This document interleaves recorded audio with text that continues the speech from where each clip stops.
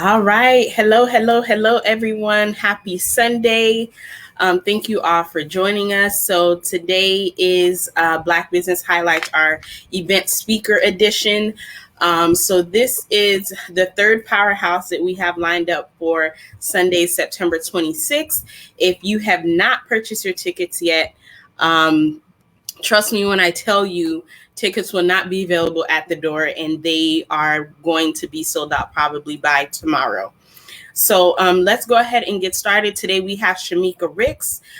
She's going to be talking at our brunch about bouncing back from mental health issues. So I'm going to go ahead and give her the floor. So Shameca, tell us who you are and where you're from. All right. Thank you so much, Faye, for having me this afternoon. Again, my name is Shameca Ricks, and I am from Raleigh, North Carolina, and I am the owner and clinical director of Well Life Counseling and Spiritual Center here in Raleigh. I am a licensed clinical social worker or licensed mental health therapist, and I work all over the state of North Carolina as well as Arizona. Okay, perfect. All right. So we kind of you introduce yourself and what you do. Tell us why did you decide to go into the social work field? What is your why behind becoming a therapist? Oh, wow. It has been a long journey. I knew from, I grew up in a family that were helpers. Everybody, mom always had to cook a pie or a cake for someone, or, someone was experiencing a death or a loss. My mom and my grandma, they were always helping. So I knew that I wanted to be a helper from a very young age.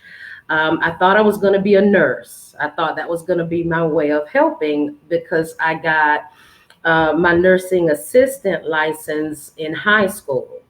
So I did that and went to school, to undergraduate school, to be a nurse. However, I did not like it. I did not enjoy the study, the coursework, or anything of that nature. So I had taken I want to say a sociology class or something like that as an elective. And I really, really enjoyed reading about, people's mental health, reading about the mind and how the mind works and the chemical makeup of the mind and neurons and synapses and things of that nature, and how it affects how we think. So I switched to psychology and got my undergraduate degree in psychology. And I worked in the field of social work for about 9 years as a director of social services and medical facilities, rehabilitation centers, long term nursing care facilities. And after doing that for a while, I just wanted to advance in my career.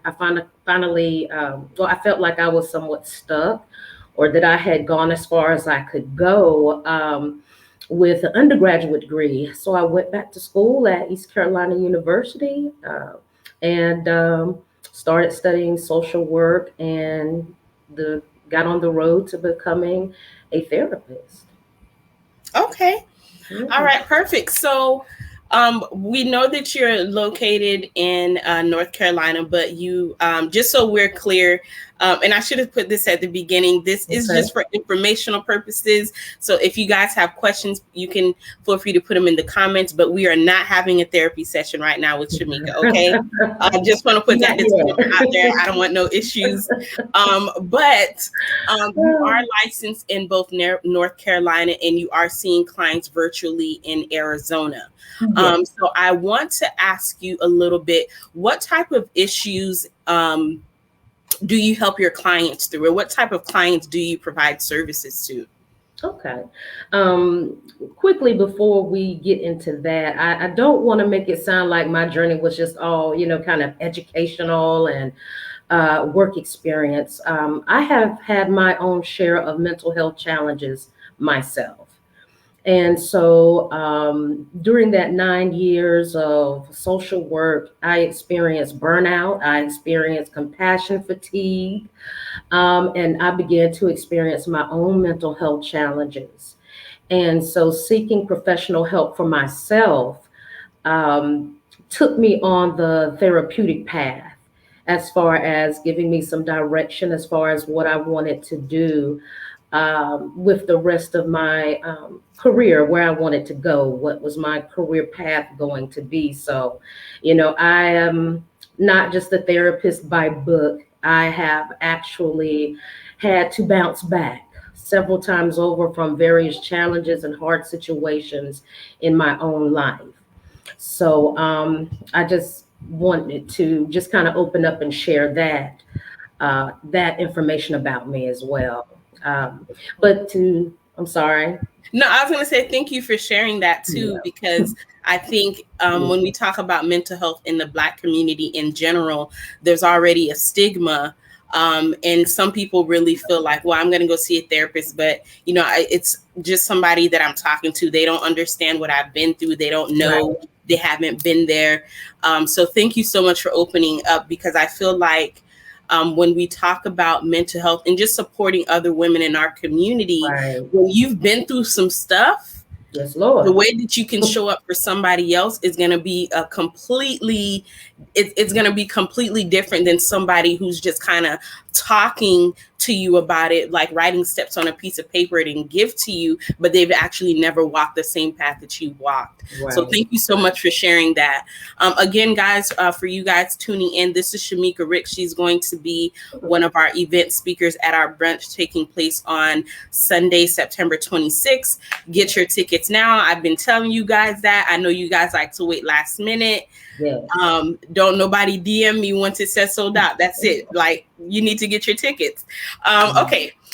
So going back to the question, what kind of issues do you help your clients with? What kind of clients do you provide services to? Okay. Currently, I provide services to children and adolescents and adults, as well as couples. So I primarily do individual counseling for my clients.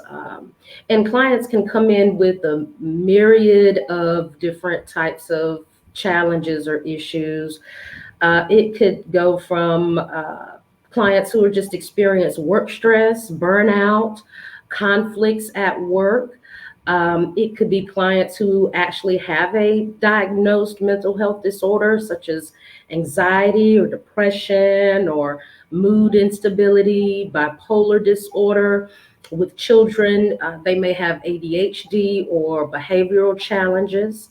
And then couples as well who may have experienced infidelity, or they've lost connection with one another, and they're seeking to repair their relationship or to grow, or seeking help with communication. So it runs the whole gamut of what brings clients into counseling. And even some counseling come because they need direction for their life.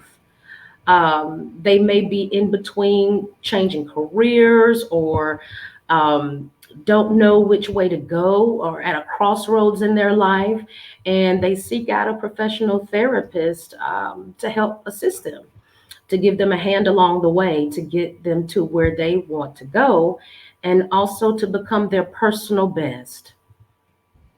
Okay. All right. Perfect. Thank you so much for sharing that. So I am putting her website and her social media pages if you guys are interested in connecting with her individually. Um, she is also going to be the facilitator for our mental health support group that I announced, I think, a couple weeks back. It's going to be in a group setting. So that was something that we created as a way to provide these types of mental health support to people who might not have access to it for various reasons. So I'm going to be putting that link in here as well if you're interested in the group therapy program that she is going to be facilitating starting next month in October. All right. So make sure you show your support. Again, if you have any questions, feel free to put them in the comment section. So I wanted to just kind of moving on and learning more about you and your brand. Sure. What are some misconceptions that you have come across when we talk about mental health? Oh, wow, that is a loaded question. I have people who come in and says, "Well, are you going to put me in a straight jacket? Are you going to lock me up or, send me to the hospital or are you going to take away my kids from me?" I have people who come in doubting the therapeutic process.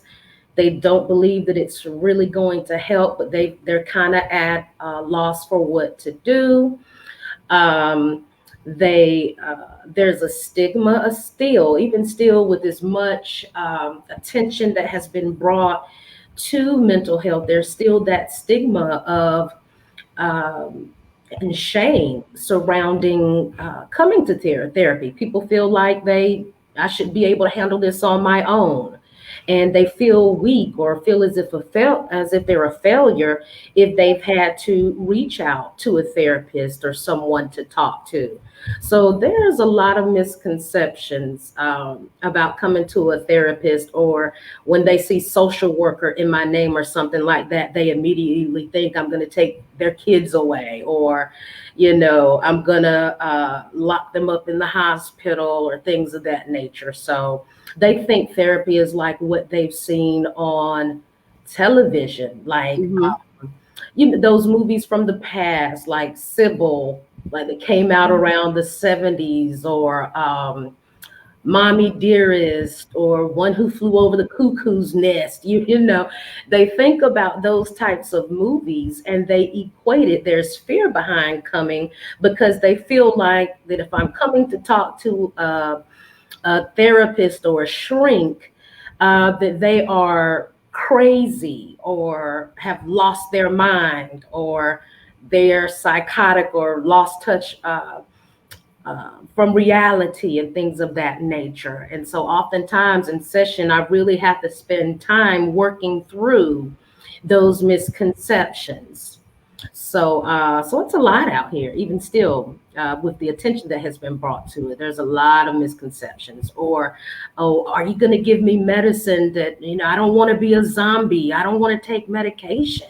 So there's a lot of fear still surrounding mental health treatment. Okay. And I want to dig into this a little bit deeper because this platform is 99.99% Black women.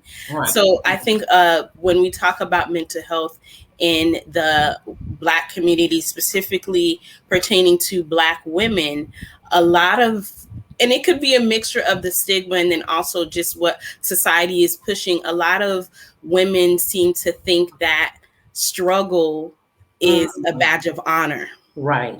And so when we Right. talk about like, no, I'm just gonna push through this. My mom or my grandma taught me to be a strong Black woman, and you Yeah. making the decision to go to therapy doesn't take away your strength as a Black woman. Right. Right. It's basically your decision to say that I'm not in a good place right now, or I need some additional support. So I'm honoring myself by prioritizing my mental health and reaching out to see who can support me through this process.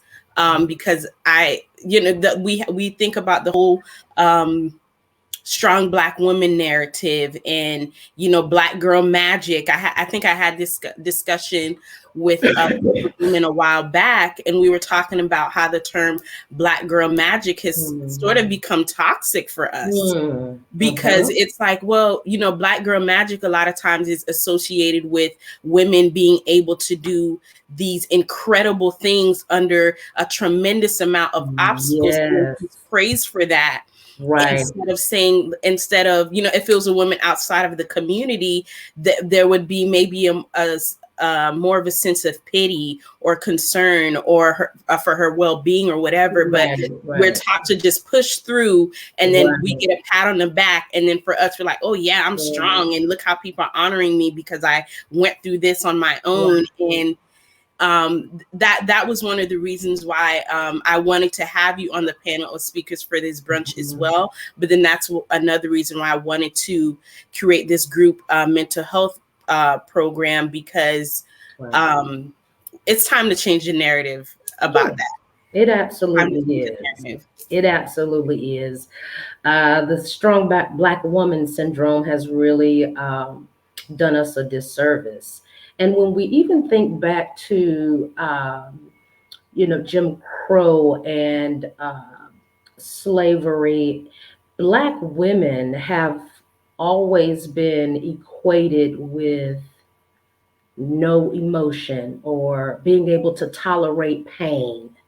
Even when you think about medical research, where Black women were not giving any pain medication or even believed, and that still even carries on today. Right. That we could actually be in pain is like unbelievable or inconceivable. So bringing it into mental health and into taking care of ourselves, we equate strength with being non-emotional, that nothing affects us, that we don't need help with anything.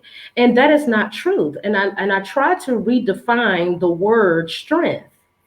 Strength does not necessarily equate to that you can handle everything by yourself or that you don't need any help. It takes strength to admit that, guess what? I do need help.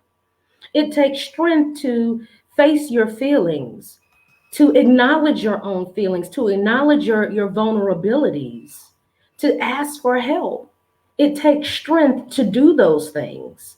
So I'm trying to also redefine that word strength for us as Black women, because no one can do life alone. Mm, We were not built as human beings to be alone. We were built for companionship. We were built as social creatures. So we were not built to carry everything on two shoulders. We only have two shoulders, and those two shoulders are designed to only carry one. mm, So asking for help, acknowledging your vulnerabilities, setting boundaries, all of those things take strength. So let's redefine that word, strength, or let's redefine, the strong black. What does it mean to be a strong Black woman? Yes, we endure things, but yes, we also feel. right. Yes, we also need help. Right. So, talking about the specific topic you're going to be talking about at our brunch, bouncing back from mental health issues. That's uh, a pretty broad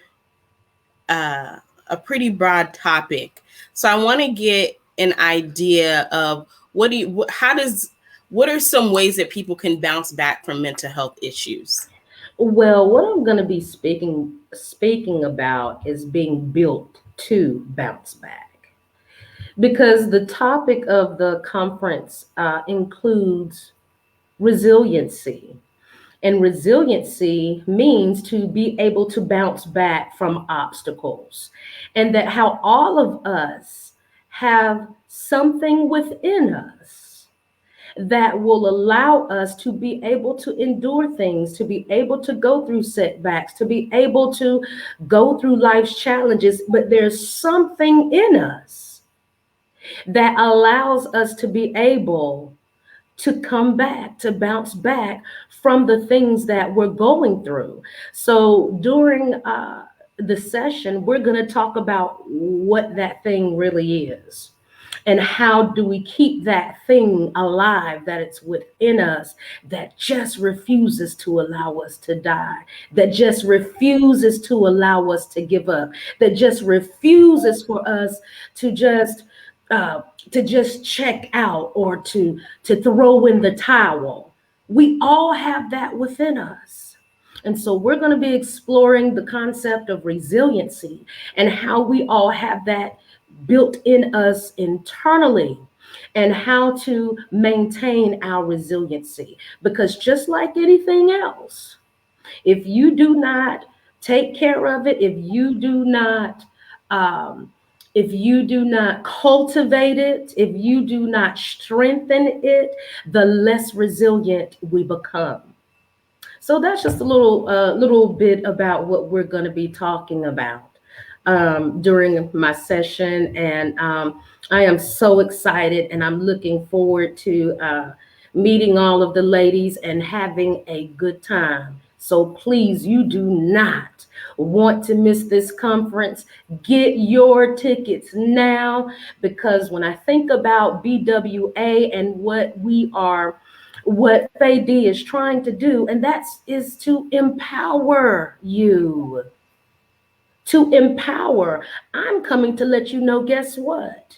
Not only will you be empowered during this conference, but you will be walking in power once you leave if you don't have it when you come. So you will not be leaving the same way you come in.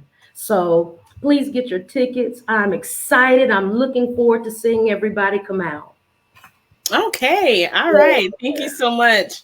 So, we're about to wrap up pretty soon, guys. So if you have any questions, feel free to put them in the comment section, or if you just want to say hey, feel free to comment below.